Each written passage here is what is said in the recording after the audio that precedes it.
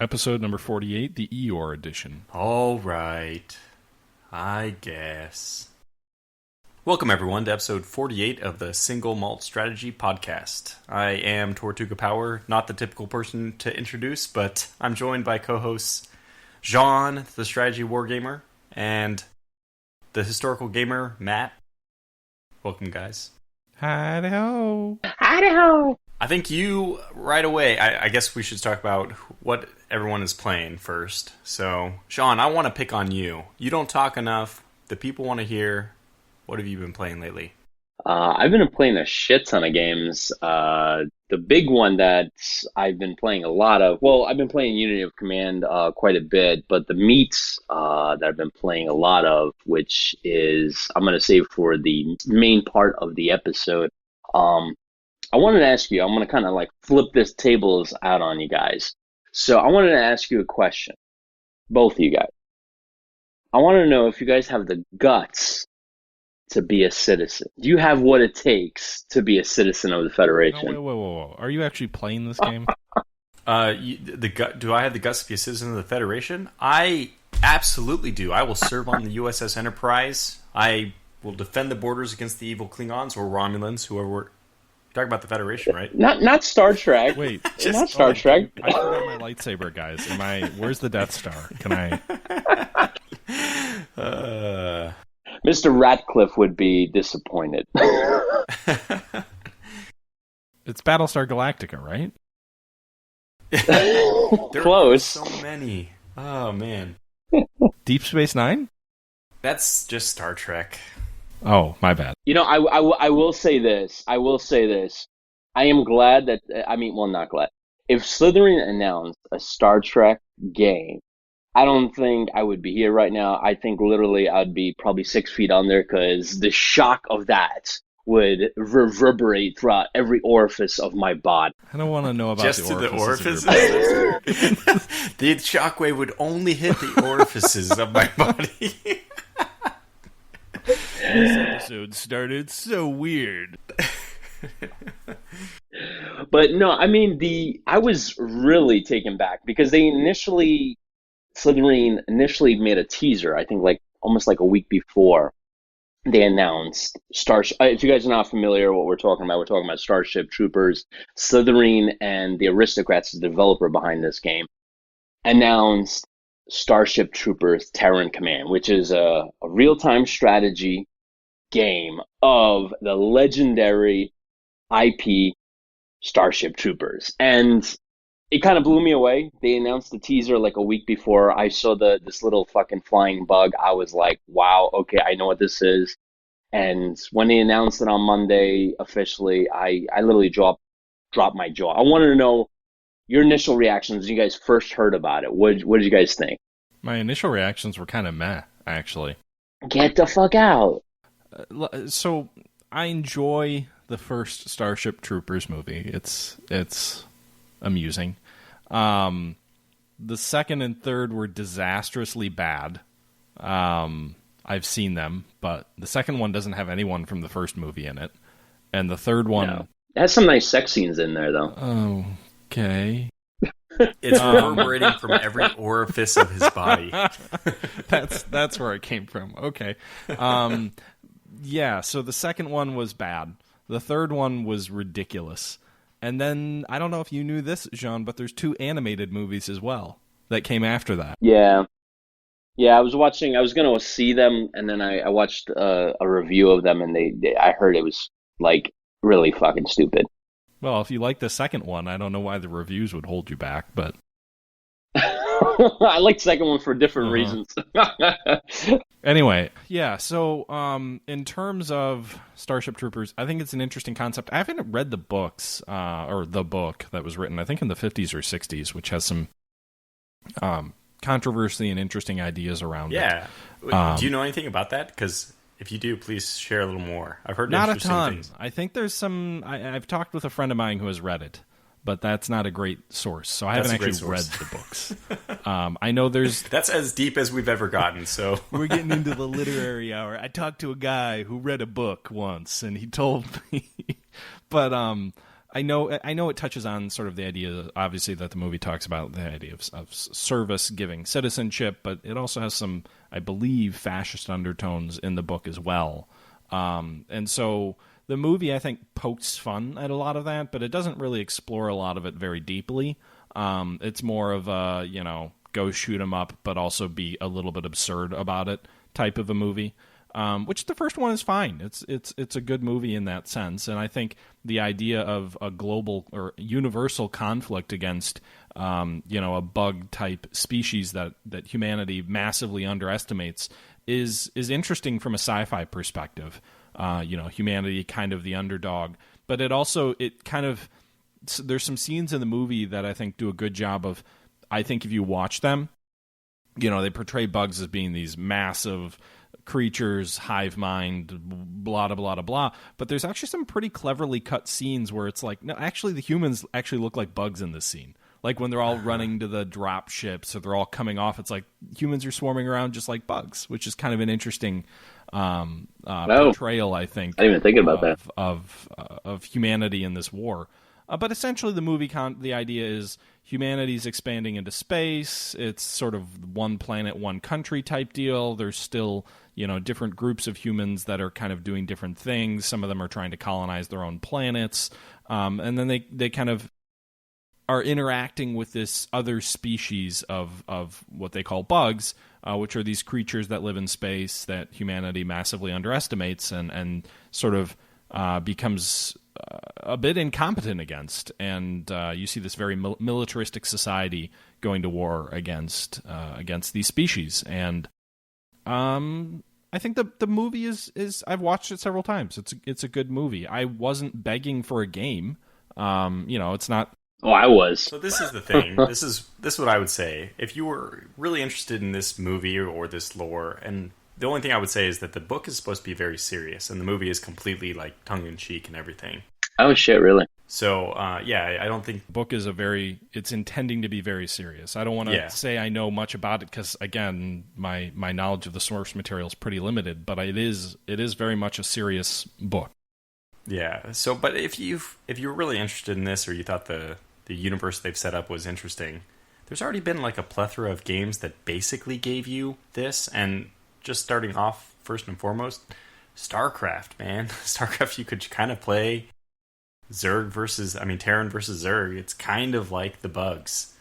Yeah, but I feel like the beautiful thing about this, so from what I understand, I watched a little bit of the live stream that they had. So this is supposed to be a survival RTS, and there's a couple of Stronghold versus bugs. So from what I understand is, it's supposed to be similar to that.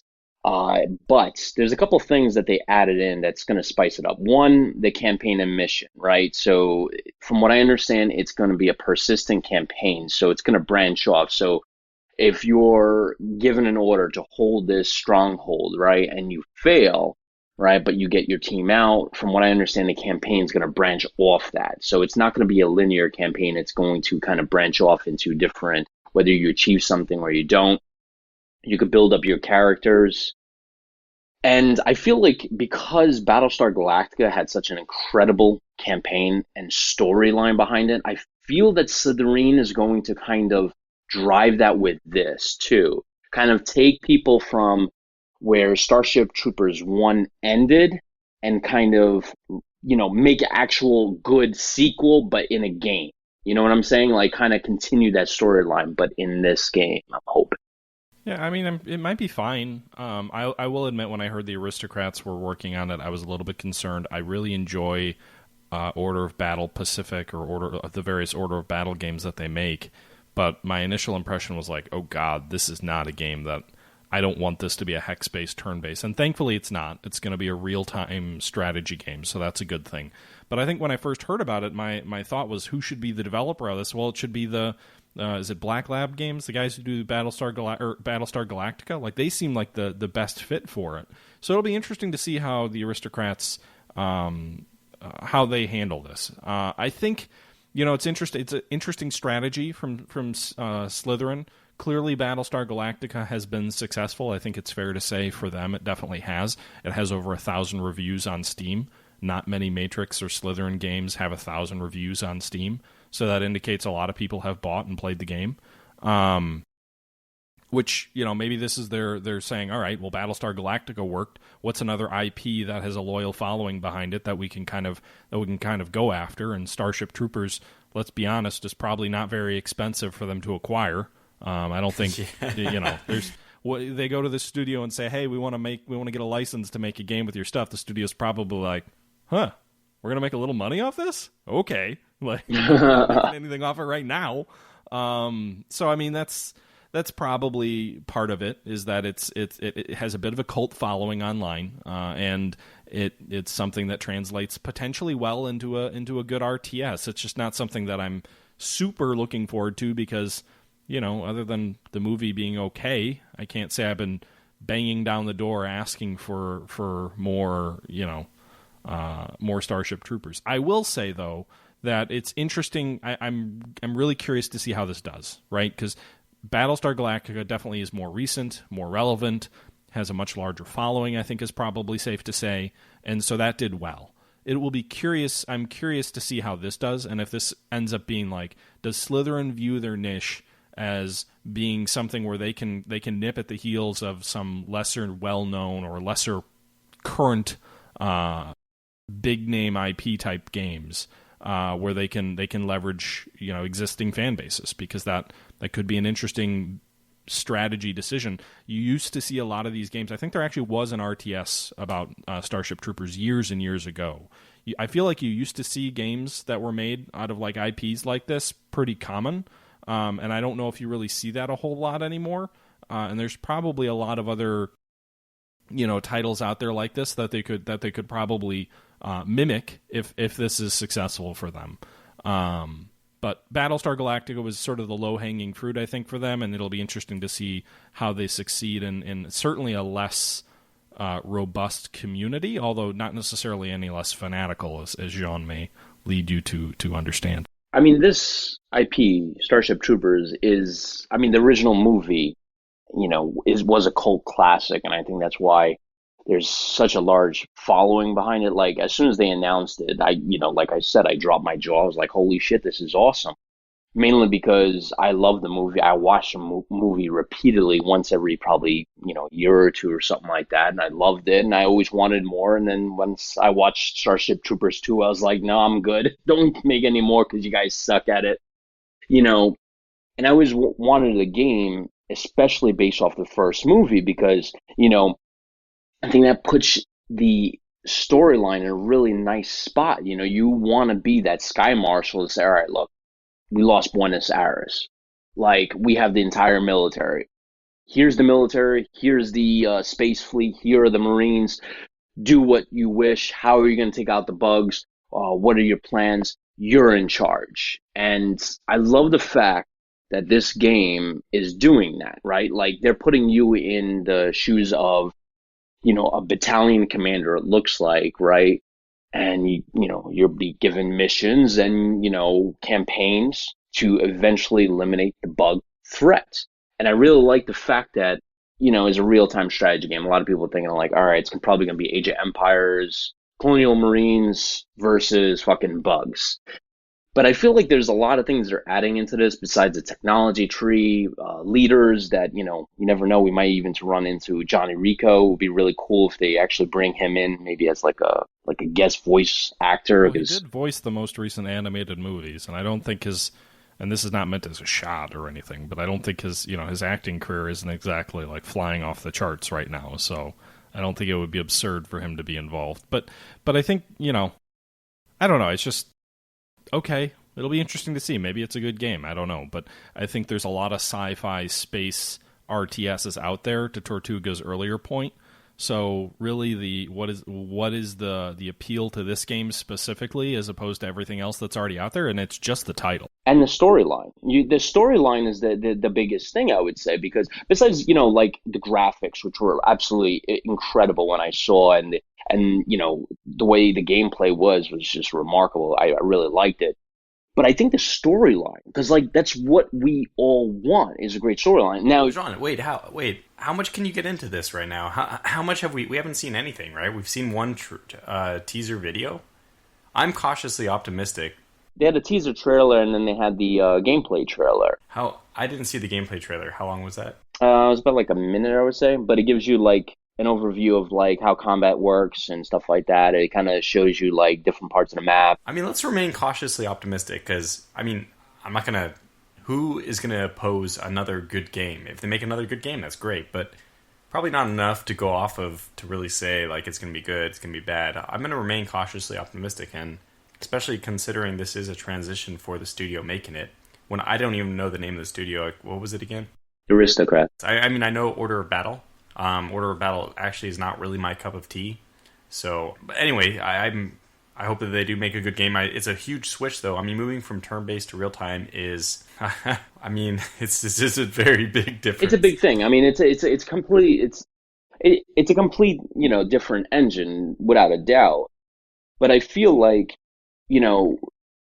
besides the gameplay and everything like that, like I was saying, I really liked it. It was really awesome. But I really want more story, especially if I can be part of that story. That's what a lot of people wanted after the first movies. Like, this would be awesome as a game if I could be, involved in this somehow, some way. Now, obviously, like you were saying, you could read the books, but how I don't have time to read a book. I have a newborn, new job, all this stuff, military, all that stuff. I don't have time to pick up a book and read. If I have time to read something, I have to read freaking, shit for work. This would be awesome for the time that I have, the limited time that I have to play games, to actually get involved, play a game, and, be incorporated into a story that I love already. So I think, like, right out of the gate, this is like amazing just right out of the gate. Now, I'm not saying it's gonna be instant success, but all they have to do is make a good storyline, make the game actually, make it playable, no major bugs or anything like that, and make it entertaining and addictive, and you got it. You got the. Wait, that's all it takes to make a successful video game? That's it? No. What I'm saying for a Starship Troopers game, make a good gameplay. Make good graphics, make it an interesting storyline, mix them all up in a nice little stew, and I guarantee you this Starship Troopers game, unlike the other ones before it, will be good. And if they add even more to that, right, a little extra seasoning in terms of, additional, if the storyline's even more incredible and the gameplay is just that much more astounding, the game will be as good or even better than the Battlestar Galactica success that they had. I love that you're so enthusiastic about it, John. Everybody has different. I'm fucking motivated, to be honest. I'm very motivated. I will just say I will temper my excitement because all of those things that you just listed, each one of them is incredibly difficult to do well, as I think the gaming industry will show. There is a lot of crap out there, and so to do this right, I think, is difficult, and to do this in a way that it stands out as something more than just something that has Starship Troopers slapped on its box, I think is difficult. And that's, I'm really intrigued to see where Matrix and Slitherine go with their strategy of tying in with movie IPs, as they've kind of now done this twice. I think they did a good job with Battlestar Galactica, so they've got a little bit of a track record to say that this can be done well and this can be done successfully. But I do get a little bit uneasy anytime a company jumps in and says we're gonna take this existing IP and we're gonna make a game out of it, because, and I'm not saying this is true of Slitherine, but it has definitely been true throughout the history of gaming. A lot of times that is a way to do a cash grab, where you just say, we know these people love this game. Yeah, but Slitherine's not that. No matter what. And so this is going to be successful, and the game is just underwhelming. And I think the RTS space is incredibly difficult to stand out in 2020 or 2019. It'll be in 2020. But Slitherine is not 2K Games. It's not any of those publishers that they're out for a cash grab, because they make every game they come out with is that I've played is amazing, right? Like they're not rushing these games to make money, right? There are a lot of these guys that I know that work for the company. They're doing it as a passion. I'm assuming a lot of them are saying, you know what, I'm doing this because I really enjoy my work. I really enjoy putting out these great games. I'm sure they can go into different other parts of the industry and make, double the pay that they get and better benefits. But they're doing this because they really enjoy the work. And like, kind of going into our main title, like they just recently, well, they will release it tomorrow, Strategic Command World War I, and I've got a chance to play it, and I love it, and every game they keep releasing, I'm like, fuck, this is amazing. I love it. I don't think it's fair to say that every game Slitherine and Matrix make is great. I hear where you're coming from. I've worked on a game, a Slitherine Matrix game, and you are absolutely right. It's a passion project, and I don't think anybody, maybe a few exceptions, I think, the Warfare Sims guys have some government contracts, so they probably do okay. But I don't think that most war game developers do it to get rich. And if they do it to get rich, they stop doing it very quickly. But what I will say is that I don't think you can just say like every game they make is great.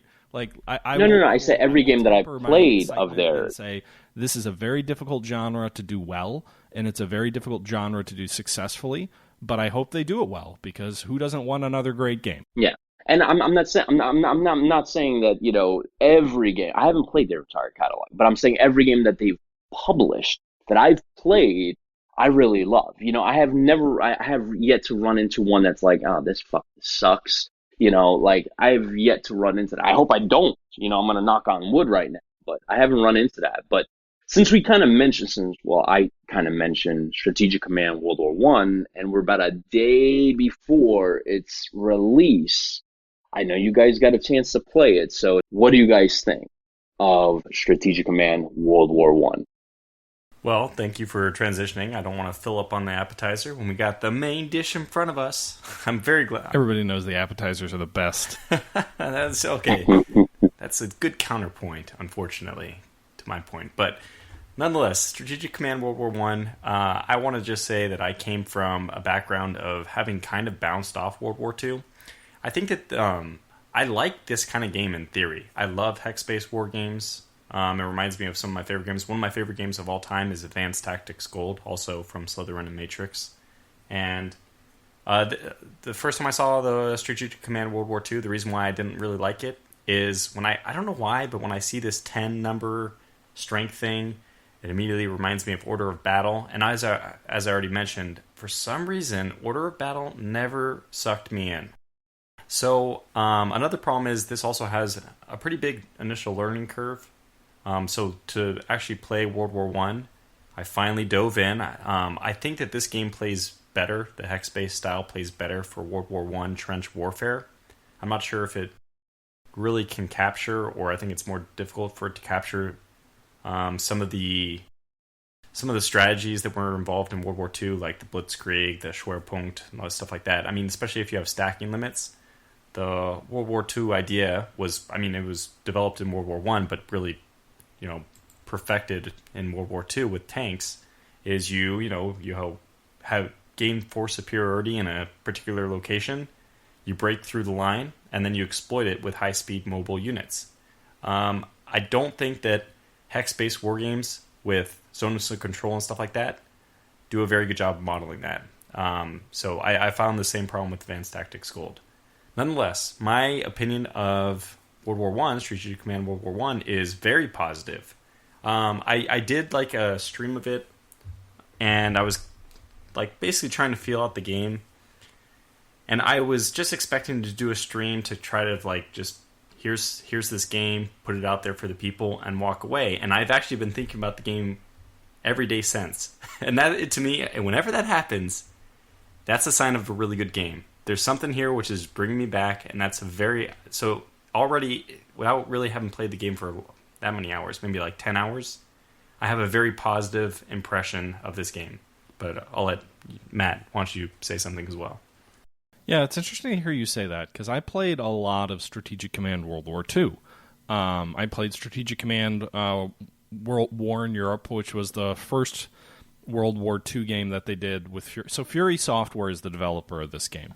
Strategic Command is a long-running series that has been in existence since late 90s, early 2000s. They were originally published over on Battlefront, so the publishers of Combat Mission. And I remember in the late 90s, early 2000s, running into this game, playing the demo, and really enjoying it. They published 3 or 4 games over there, and then was it 2016 or 2015, roughly around there? Might have been 2014. I don't know. A couple years ago. Fury Software remade Strategic Command, the first Strategic Command, and they called it War in Europe. Turn-based grand strategy game, takes place in World War II, specifically in the European front. They remade it, they repackaged it, they made it look really nice compared to some of the old stuff, and they were published by Matrix and Slitherine. 2 years later, they came out with Strategic Command World War II, World at War, which took the European theater and made it global. And the same basically game, they just added China, Japan, and the Pacific. And then now this game, Strategic Command World War I, is, I think, the third of these newer versions of this series. And this is going back to World War I. Again, turn-based, grand strategy game, war game that allows you to play as either the Entente, the Allies, or the Central Powers, the Axis. And there's a lot that I liked about the World War II games. I actually thought they did mobile warfare pretty well in the World War II games. They have this mechanic where as units move throughout the map, there's a line basically that's represented, which shows you the front line and the map. And I thought that Strategic Command did a really good job in the World War II game of giving you the ebb and flow sense of a mobile conflict, and really gave you that sense of penetrating through the enemy line, racing around them, pincering around them, surrounding them, cutting their supply off, and then over the next couple of weeks, whittling that pocket down to nothingness. And I thought, while yes, there are limitations to the way that a turn-based game can model armored warfare, I think it did that right. It made, when I played that game, I was not looking to wear the enemy down. I was looking to find weak points that I could break through and then encircle and reduce large numbers of enemy units, so then I could kind of continue advancing. And it had this very sort of Eastern Front vibe to me, where I was always trying to just find these ways to whittle the enemy down, wear them down, and win a mobile conflict. And I think the early war period, it does a really decent job as well of modeling the Western Front. But I think where it really shines is sort of the Eastern theater of the later period of the war. And so, playing the World War I game, I don't know, I haven't played it as much as you, Tortuga, but I think one of the things that bothers me about this is that it goes back to sort of the map of just Europe. There's no Pacific, there's no, nothing outside of North Africa and Turkey and the near Middle East, and then Europe itself, which is for a World War I game perfectly fine. You don't have to talk about the colonial stuff that was going on in Asia or Africa or anything like that. But I think the part that is a little bit jarring to me is World War I is very much this grinded out conflict in trenches and whatnot. And I think this game will probably feel about right as I get further into it and get more into the entrenched period of the game. But I don't think it models the early war period of the game very well. And what I mean by that is, as the Central Powers, I play as the Central Powers, I declare war on Belgium, my German troops are in position to launch a blitzkrieg into Belgium, and I don't find any sense of there being a mobile campaign. It just feels too slogged out. So, obviously this is World War I, so there's not tank units, there are cavalry units, there are air units, there are artillery units, and there's infantry units at the start, excluding the naval stuff, because there's that too. And so, when I attack Belgium, I get some initial good dice rolls or whatever. It tells me, 1 to 3, you're going to take 1 casualty, inflict 3 casualties on the Belgians at Liege, the fortification there, and I overrun that.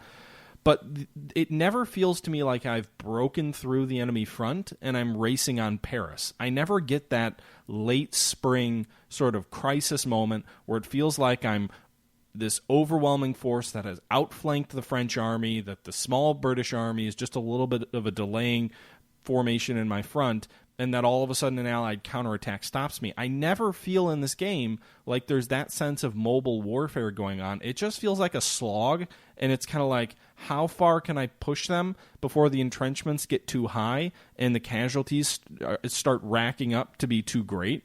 And I would contrast that with an older game called Commander the Great War, which also looked at the First World War, was also a turn-based strategy game that basically covers the exact same period of time in the same theaters. And in that game, you very much felt like mobile warfare was occurring, and you were racing across large swaths of open ground and then engaging enemy troops in very bloody open field fights. And you often would have this big showdown in front of Paris that would decide whether France falls early or whether you have something that more models the historical conflict. And I'll stop lecturing because I've been talking way too long at this point and want to hear Jean's point of view. But I do think the early war mobile warfare element of this game is lacking, and it feels too attrition-based, too early in the conflict.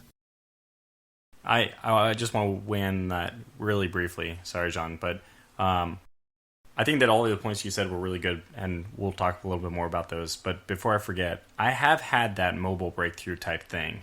I feel it's a bit shoehorned because, so I did break through Belgium at one point. I think I was telling you about it. Like, I got cavalry all the way into France on the first turn, and so that I had this sense that, oh, Paris is right before my eyes. But the way the game does it, on the very next turn, or well, really on the first turn for the Entente, they spawn some French units immediately that just stop you from getting there. And they weren't there before, they just suddenly appear on the map. So if you're just playing it for the first time, that feels like horrible. You're like, what? I could see it, it's right in front of me. And then suddenly this unit just spawns right in front of you. Yeah, it's just a game mechanic. But anyways, just to say, I have had a little bit of that. I think that we should talk a little bit more about this after Jean mentions his opinions. Maybe the mobile aspect of things is more apparent on the Eastern Front. But first, Jean, what do you think? Yeah, so I agree with you on that. So I know that World War I was a slog fest, and I realized the beginning of the war in 1914. The Germans penetrated Belgium, and they were within sight of Paris, and they were being very mobile, and they could have taken Paris, but that's a whole nother thing. I realized that to emulate that in this game was going to be a challenge, mainly because you have to implement the trench warfare system, but also include some mobile kind of capabilities. Immediately when I started playing this game, I did not go to war against Belgium or Netherlands. I decided to focus on the East and just kind of set up trench warfare between the Belgium border and the Swiss, and just set up a nice little chunk there until I can deal with the Russians, and then eventually go after the Belgians and then come after France. Honestly, even in the beginning parts of World War I, the Germans were taking heavy, heavy losses because the beginning of trench warfare was starting to peak out. They were taking horrendous losses on the front because of the technology of just mass combat was happening. And they did get bogged down here and there, and eventually found openings and got too close to Paris. I do feel on the Eastern Front it's very mobile. I'm able to utilize the cavalry, kind of get behind their lines, use infantry, and there's a lot more space to do your shit. I feel like the game portrays World War I combat as best as it can in terms of hex space. You're never going to get the most perfect solution because it's a hex-based conflict, and it's not a daily conflict, right? It's, I believe, per every 2 weeks or per week, whatever it kind of terms. Overall, playing the game, I feel like they took the best parts of Strategic Command, World War II, World at War, and incorporated it into World War I, right? Because that's what we want. We want the awesomeness of World War II in World War I, right? And then model it for that conflict. And I felt like they did that. On top of, implementing trench warfare, one thing that I did like with that trench warfare, if I can add in, is the fact that if you move your units, right, like let's say you move a infantry unit, right, and obviously you got to entrench a lot because it's World War I, right? They set up the AI that if you move your unit, the AI will project like, hey, I should probably entrench. So it actually takes one thing from you having to micromanage every fucking unit in the game because, you're going to have dozens of units. And if you have to entrench each one for each hex, it becomes a pain in the ass. But I like the fact that they focused on that. They also added other things like mines into the game, which I believe they didn't add in before in other games. What do you guys think about the mines? I haven't actually played with them yet. I know they have naval mines. I think the naval aspect of the game is pretty interesting, and I liked Strategic Command World War II, the way they modeled the naval convoys as being vital and trying to get along the convoy routes and strangle out the Allies, I think that was modeled well in World War II, and I can see there's elements of that are going to be modeled well in World War I. I also like the naval blockade of Germany being represented as this sort of distant blockade, and there's these hexes that the British have to occupy to strangle Germany, and if they don't, then the Germans will get supplied through the North Sea. So I think the naval, for all of... I don't think naval combat is terribly well modeled in any game when it comes to a turn-based grand strategy game. But I think the Strategic Command series as a whole, including World War I, does a better job of it than I've seen any other turn-based game do. I would just want to say one thing. First of all, the blockade system, I find gets good. The problem with naval, with the hex-based stuff when you're doing naval is if you have a stacking limit, you get like utter garbage for naval combat.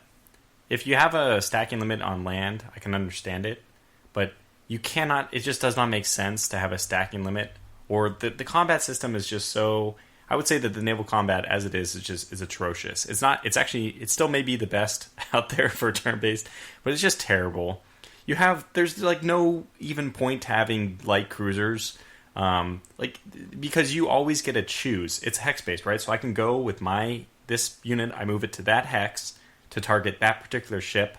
The enemy, because it's turn-based, doesn't react. I get to choose which one I want to attack. So what you really need is you need fleets. You need stacks, basically. You need stacks in order to actually simulate the ability for fleets to move together. Right now, if you have a destroyer moving with a battleship, the enemy can come along in the same turn before you do anything. In their turn, they can go with the battleship, sink the destroyer, and then move back. They can do that with a light cruiser even.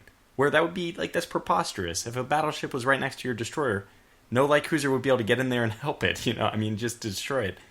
Yeah, it's just... So, I really like the blockade setup, though. I think that they have done a good job of forcing the Germans to either try to go and break the blockade, or use submarines to try to do a little blockading of their own. And basically, a smart German player, probably, as Germany should have done, just stays in the Baltic and just, doesn't really use their fleet. But go ahead, Matt. No, I was going to say I agree with you. I think naval combat is problematic. Essentially what they do is they represent, this unit is a battleship, and it's this specifically named battleship. And it's not a one-to-one. They don't have every German ship or every British ship, but it's roughly proportional, right? This is the Von der Tann. It represents the German battlecruiser. Here's a battleship that's a pre-dreadnought battleship. Here's a light cruiser.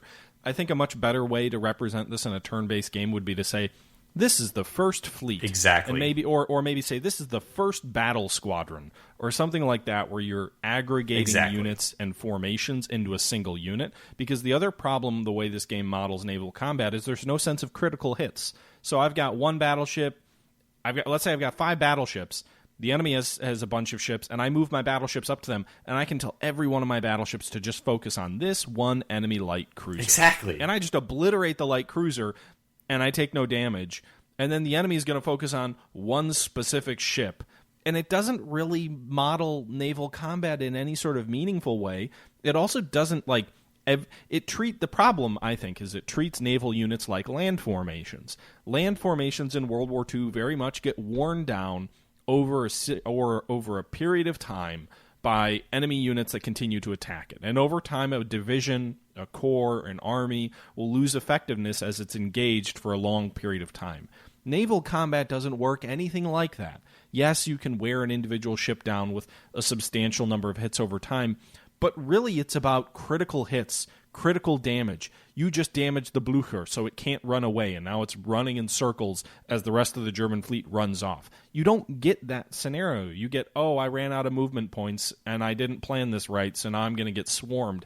You don't get, your rudder was disabled, your turret was hit, and the ship blew up. Nothing in this represents naval combat. If you're going to give me one ship as an individual hex unit, I have one battleship, this system breaks down. It would make a lot more sense if you had one unit representing a collection of ships, because then the sense of the squadrons being worn down, ships are being sunk in sort of an abstract sense as the unit loses its effectiveness, as it loses its hit points, and it gets weaker and weaker. That can represent a formation being torn apart in a myriad of ways in an actual naval engagement, in a way that representing a one-to-one ship is nowhere near remotely applicable for naval combat, the way it's done here. I think the way to kind of fix this would be to kind of like do the war plan kind of way. Now, if you guys are not familiar, War Plan's another game that recently came out where it's actually one of the original designer from Strategic Command made War Plan. And what he did is he allows you to stack, a battleship, cruiser, destroyer in the same hex. I think doing something like that would kind of emulate a little bit more. Yeah, I mean, that's what I was saying. Basically, if you have stacking limits in naval combat, it just makes it absurd. I have one question first, but Matt, was this the same way it was in World War II? Yeah, and it's problematic. It's the same way it is in Panzer General, all the way back in the 90s. I don't find it a problem in World War I game. That's why I don't want us to spend even too much time talking about this, because the naval side of Strategic Command World War I is not the selling point, but it's not intended to be.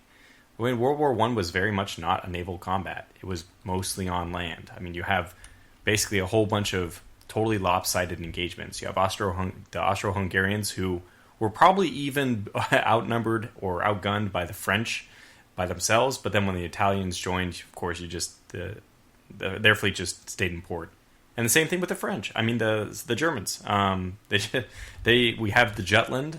We had what was the one before that one? Dodger Bank, yeah. Heligoland Blight. Basically, it was nothing, just some silly little engagements. Nothing really big came of it.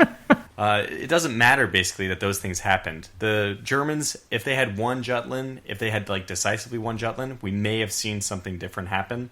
But this game is not going to allow you to do that. I don't see a way that you can do it, because the British start with so much more of a navy that you'd have to be pretty incompetent to lose, which, I mean, maybe that was the... Well, it's also a little, from a naval perspective, the idea of a battle taking place over 2 weeks is a little bit laughable, too. But... Yeah, and plus, it would be about... Yeah, that's how it is, because the first person would take their turn to attack, that would be 1 week, then the other person would get a turn to attack, and that would be the next week. And you have to either choose to save enough movement points to retreat, or then you're going to be stuck out, and the other person can pick off your ships. And anyway, naval combat, not the point. But I don't think it should be the. If we say that the naval combat is bad, I can still say that Strategic Command World War I is a great game, because it's just not. It's not going to be the focus.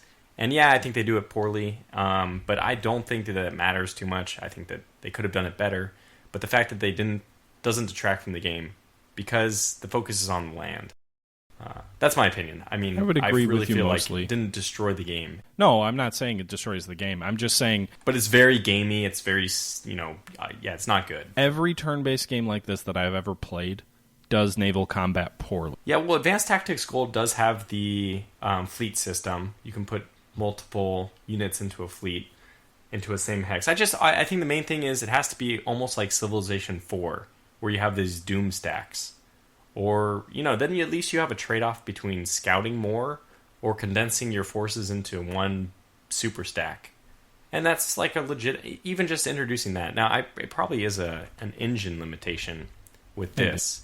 I will say, though, the one thing that naval combat that is redeeming in this game, and is true for Strategic Command World War II as well, is the blockade system and the convoy system, where convoys are represented on the map by these lines of where ships are passing through. And submarines. And if you move your submarines onto the convoy path, or warships for that matter, you interdict supplies, which hurts the economy of the countries whose convoy it is.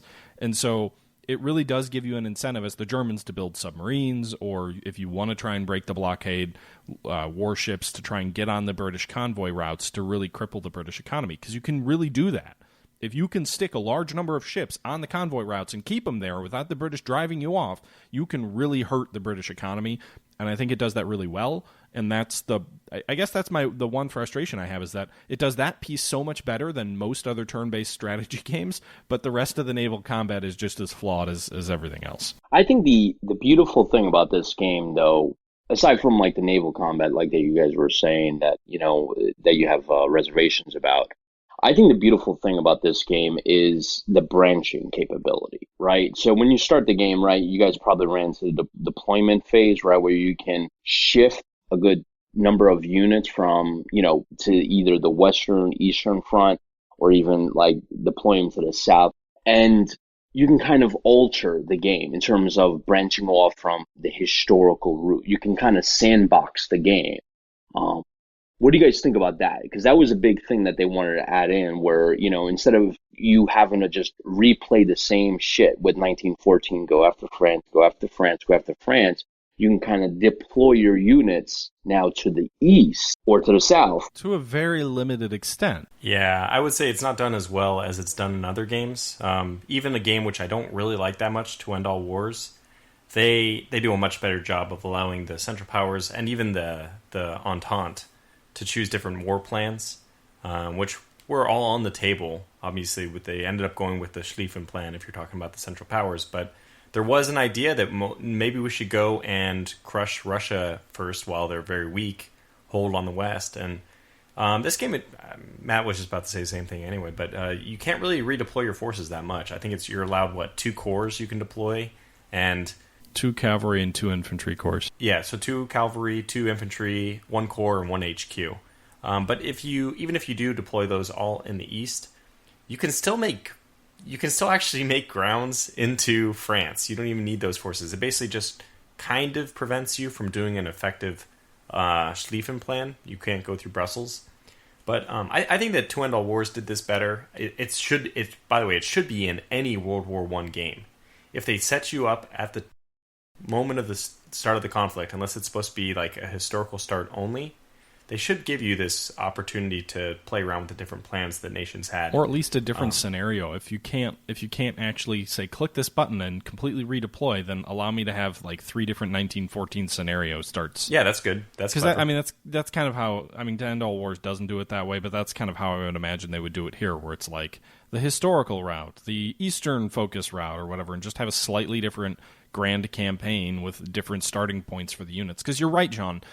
One of the things that Strategic Command does in all of their games is they have these event triggers that pop up, and then you have to make a decision, and that influences the game. It's this branching idea of decision points. So you get, at the very start of the wars, Germany, you get a decision point. Do you want to deploy von Bülow's army in the west, as it historically was, or do you want to deploy it, sort of have a free deploy and put it wherever you want? And so you can do that for von Bülow's army, and you can deploy it in the Eastern Front. The problem is you can only do it for von Bülow's army. So the vast majority of the German army is still deployed against France, and all you've really done is taken 2 infantry units and 2 cavalry units and a headquarters unit and placed them wherever you want. And so that's a little bit problematic. It does the same thing for the Austrians, right? It gives you in the first turn, as the Austrians, you can choose to deploy the Second Army against the Serbians, or do what Austria historically did and divert them against the Russians, so that you have stronger forces to face off against a Russian invasion of Austria-Hungary. And so I love the idea of having that as a choice. The problem is it's not big enough. It's not early enough. It's too late by that point. The troops are already largely deployed, and all you're doing is making a minor change. You're not really focusing on the East. And it is amazing. I think one of my complaints is I think Strategic Command, the World War II games, did a good job of scale, where you had a lot of units, but not an overwhelming number of units. Strategic Command World War I, there are so many infantry units. They just keep spawning, and the map is so cluttered with them. I can have a front line with the French that's like 4 units deep. I have so many infantry units, and so, yeah, you're definitely going to have a war of attrition in that sense.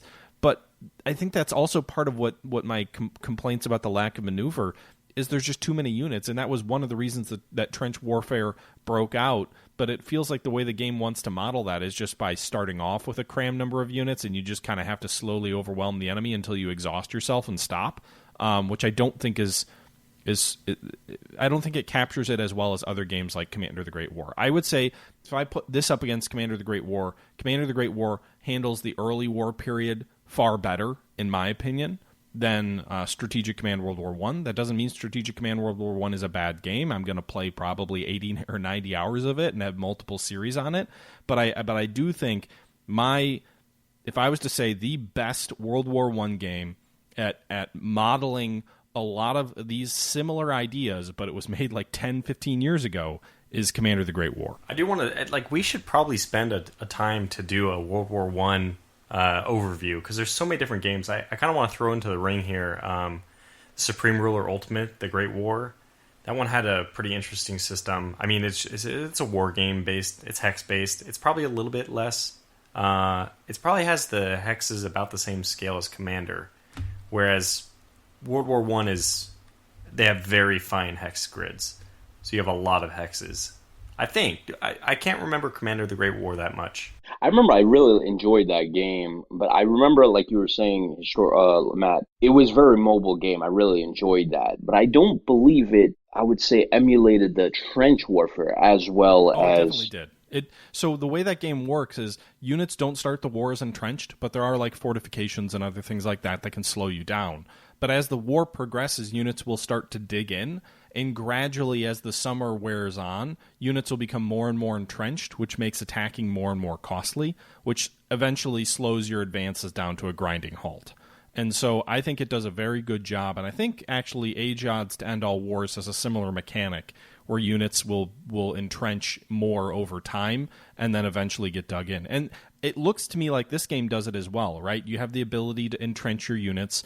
You get a nice little entrenchment system that shows up on the map, and over time that gets stronger. The way that Strategic Command World War II works is every turn that a unit spends stationary in a hex, it gains one entrenchment up to some limit based on the territory. So like Verdun, for example, in the World War I game can be entrenched up to level 6.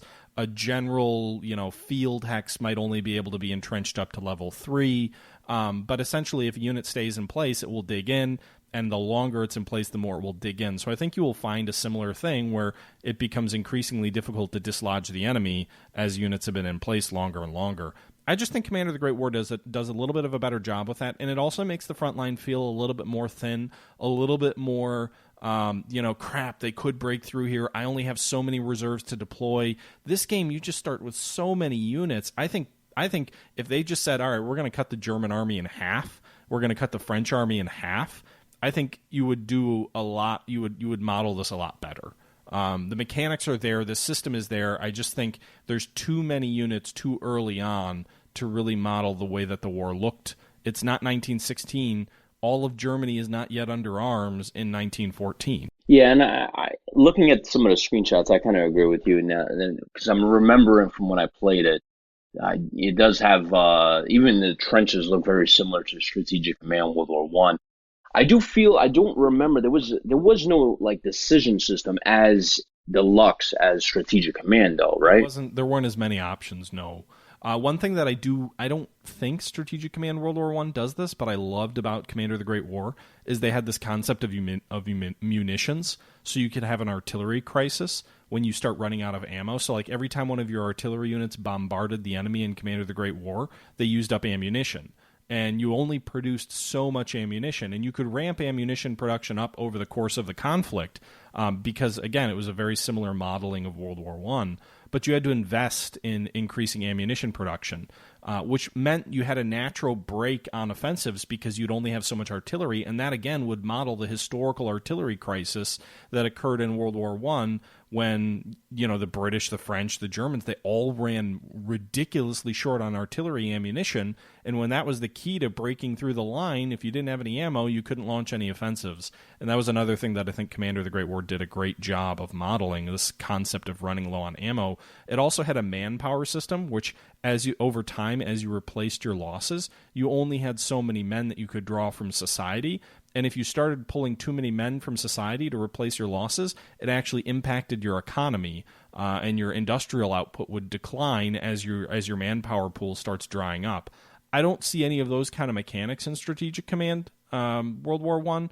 Maybe I haven't gotten far enough into the war yet, but I think this game more or less just says you have a certain number of units you can build up to. You can only build a certain number of cores, a certain number of air units, of ground units, all these other things. But there's not actually a sense of you're running out of men. I think they model that more in the national morale statistic, where as you lose casualties, you lose national morale. And so if your morale drops far enough, you'll surrender, or your armies will start to have their morale be lower and your armies will fall apart. But I actually really like that the subtlety of Commander the Great War, actually having a manpower pool in your society, not just a house morale at home, and this sense of as you draw more and more troops out of your home provinces, your economy pays the price. And so you actually get forced into situations where it's like, I don't know if I want to reinforce this unit all the way because I don't want to pull more troops, more manpower out of our overall pool.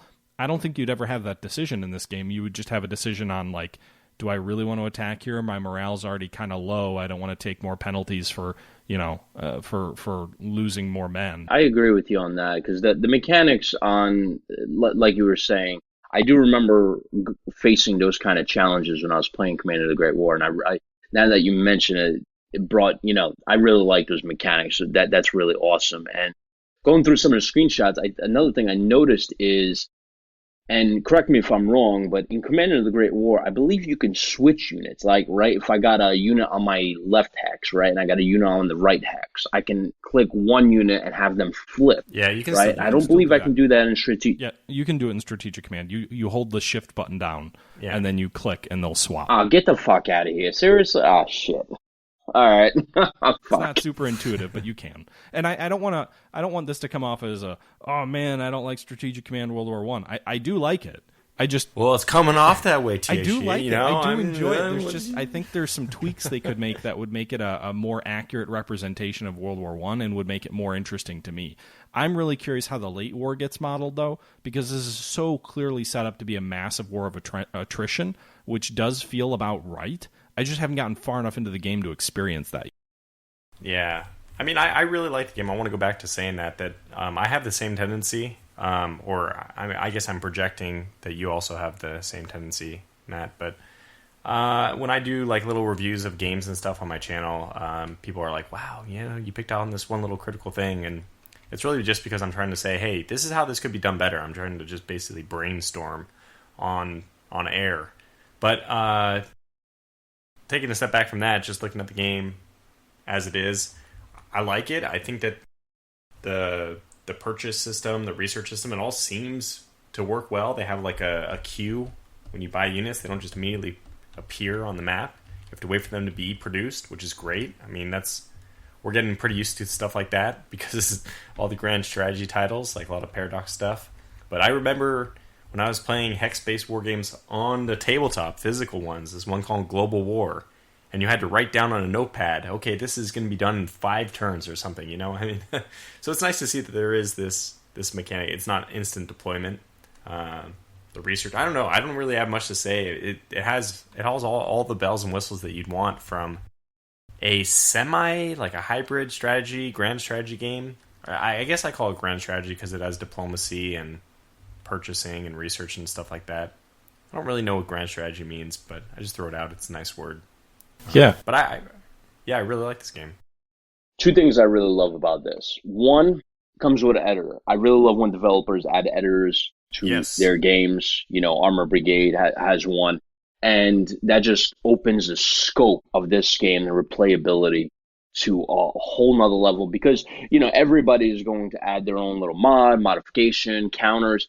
And going based off that, I don't know if you guys heard, about a week or 2 ago, the designer of this game decided to make a mod that's coming out on the same day the game comes out, December 5th, called the Blue Max kind of mod. Maybe I got the name wrong, but it's called the Blue Max mod or something like this, right? And this mod is absolutely fucking beautiful. I mean, what he's done to this game, he literally overhauled everything about it. Every counter is like on steroids. It looks beautiful. It's just, I was just like taken back by it. Why isn't that with the base game? If he's the designer, why isn't that with the base game? Why don't they just release that as the official look? That's a great question. What do you guys think that? I have no idea. I don't know. I also don't know. I think, honestly, maybe it's like, I know it, maybe it's the team that all kind of said, like, look, this is what we did for Strategic Command in terms of counters and all that. Let's do the same thing for World War One, and then let the modders kind of change out the designs for for the counters, the map, and stuff like that. And he was probably like, well, I want to kind of change things up in a bit. And maybe he was just like, you know what, fuck it. I'm just going to make my own mod, and I'm just going to release it. So we could do the vanilla, or you could do my kind of take on it. So I think something like that is why he's doing it. But it looks beautiful. Okay. And what was the other thing that you loved about it? Just this blue mod. It's called a Blue Max mod, and just going through it, they actually released a video on it, I think about a day or two ago, and like everything's redone. Like the map is redone, the counters are done. Basically, the whole game is it's like a whole new game. And I'm just really stunned by the level of passion that he did, because he's making the game right now, right? He's making actual Strategic Command World War One. And then he just basically put upon himself to make a whole nother game. And it just fucking wows me. Yeah, I guess if we're going to do like a closing thoughts, my I guess two things I would say is, one, I do actually, even without the mod that you're talking about, Sean, I do like the way that they represent the map, the way that they represent sort of the way the terrain can unfold. When units entrench, there's a really well done sort of etching of trenches into the hex. The map changes with seasons. There's just something aesthetically pleasing with seeing that front line sway back and forth and the way that they represent all that. I think they do a good job of communicating information with their UI and with their graphics from this type of a game, right? Like that's a really good point, by the way. That not every game who has done World War One has done good with interface and all that, and this one does it pretty well. So. Yeah, I mean, for sure, there are games with prettier graphics. There's no doubt about that. There are games with more minimalistic UIs, but I think for a war game that's put out, and published by Slitherine and Matrix, I think these guys do a very good job of communicating key information and having the map communicate key information to you, so that you have the information you need without digging through 5 menus. There's really only like 2 menus you interact with substantially in this game, and I think it's a still pretty complex game for that. So I think that's one really big positive. The editor, which I guess isn't my second one, but I would say that's pretty cool too. If I was less lazy, I could stop my bitching and I could go, modify the scenario to have slightly fewer units and see how it plays out and see if I enjoy that. So I could do that myself, which is pretty awesome.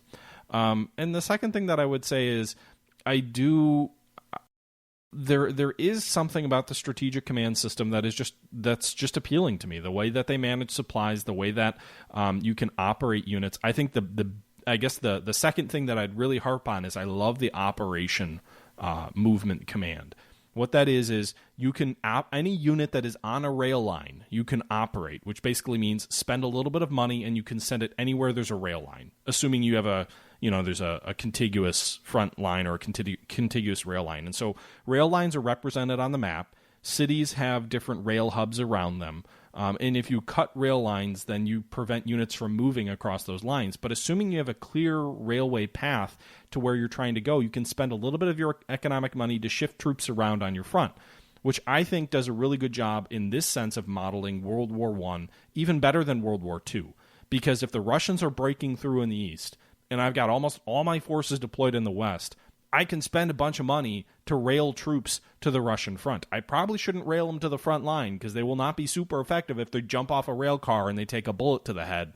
But they will be effective if I set them up in kind of a rear echelon area, let them get ready, and then go into war. So this idea of really representing the industrialization of a world war, I think is done in a really effective way by the way they handle rail transfers between fronts, and frankly also the economic impact. If you're transferring hundreds of thousands of troops from one spot in the country to another, that's going to have a huge economic impact on you, and it's represented by the fact that it's not free to do. But I think they do a really good job of that. I just have one comment about the user interface. I think that it does a good job of displaying information, but I will say that the actual interactions, the interface itself, is so archaic. I mean, it took me a long time just to figure out that you need to right-click or you have to hit spacebar to deselect a unit.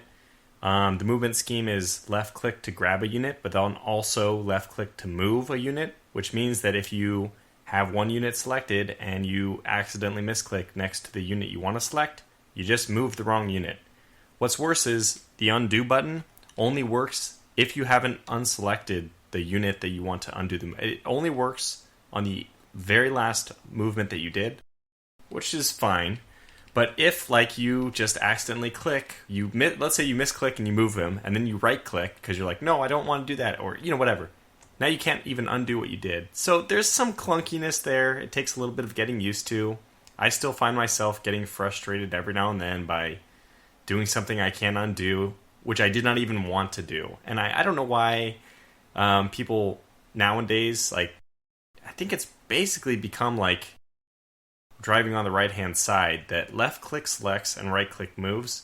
It'd be nice to see everyone just kind of agree to that and move towards that. And I understand that we're in the backwards part of the hillbilly town in war games. It's funny you say that, though, Tortuga, because I didn't even think about it. I just assumed that's how it worked that way, because that's how, like, war games have always worked. I think the left-click, right-click thing is more of an RTS. That's true, but I think, like, so most games I know now that are coming out have moved to that, even the war games. So AJOD's title moved to it. If AJOD's moving to it, I mean, we didn't mention it specifically, but I will now. AJOD is the title that had that really clunky interface that was very hard to glean information from. So we can praise World War I for presenting information well, but even even AJOD's system of clicking and dragging, I don't know, it might be at least less error prone, if nothing else. And like to get information, you have to right click on a unit, or there is a little toolbar at the bottom that you can use, which I didn't see at first, but seeing a right click Windows menu, like, you right click and it's like copy paste, right? That's what you're used to in Windows. That's actually how you get information on units here, and that's just a little bit archaic. I don't expect that. It's a war game, right? It's it's just really a one-man project. That blows my mind if it is, but it's a very good game for only a one-man. I would have guessed this is like at least a 5-man team, so huge props if this is actually a one-man effort. But yeah, it's a little backwards. I didn't like the interface. Maybe you expected it to be that way just because you've already played Strategic Command. It's not going to change from one engine. I mean, it's the same engine, right? So I'm sure that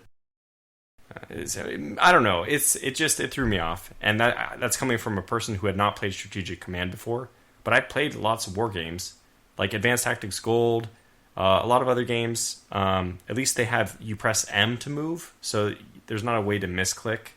It's pretty easy to misclick in this game. That's my experience, but I don't want to harp on it. All right, so overall, you guys just collectively, you guys have good thoughts. Would you guys recommend the game? I'd give it an 8 out of 10, but that's based on only like 10 hours of gameplay. So only an 8 is a really good score. What are you talking about? No, I said after only 10 hours. After only 10 hours. Got it. Yeah. No, I really like to invest a lot of time. I don't feel like in war games you have to.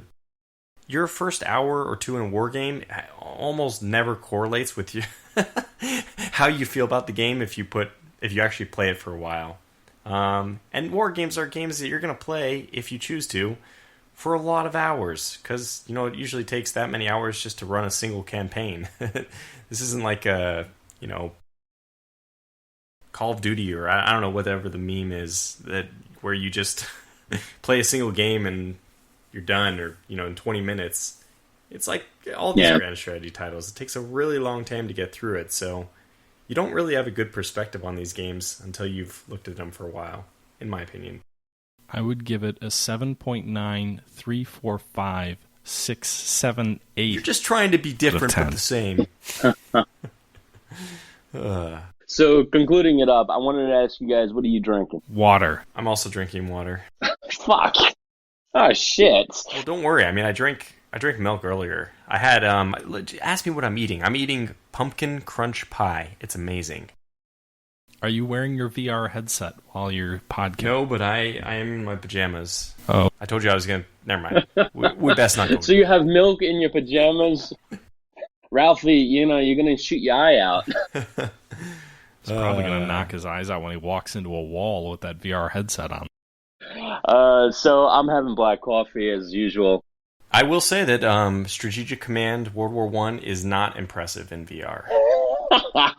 Does it even work in VR? No, of course not. By the way, what VR headset did you get? I got the Oculus. Oh shit, big spender. Big spender, yeah. So it's the cheapest one on the market, and it went on sale for. I had some. There's for Amazon. There's a website. I think it's called like. It's like camel. It's like three of the same word. Anyway, it's emails you a message if your price goes on sale for whatever mark you set it to. So is this the original Oculus? And I guess the way they make money is, Is this the original Oculus? No, Sorry. the Oculus Rift S. Oh, okay. So the way they make money. Anyway, they emailed it. I guess it was it was on Thanksgiving Day that I bought it, and it went on sale for $350. God, it was actually my birthday gift, and I never cashed it in because I actually told my wife I'm gonna wait for it to go on sale.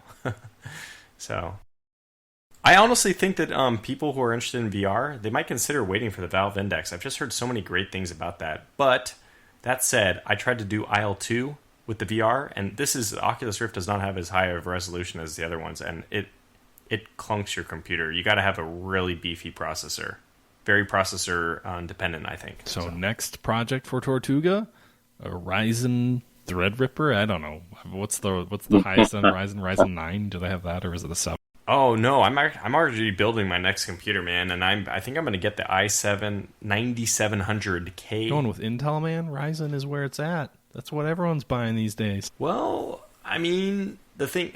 We can talk about this another time, but the i7 9700 is right up there with the top AMD stuff. I don't know, man. You don't have a PhD in like chip design and physics and crap. You don't know what you're talking about. I might not. I read a benchmark. We stayed at a Holiday Inn Express once. All right, Jean, go ahead and take us home. That does it for us, guys. We will catch you. We hope you enjoy the podcast. Catch you in the next. See you then. Bye-bye now.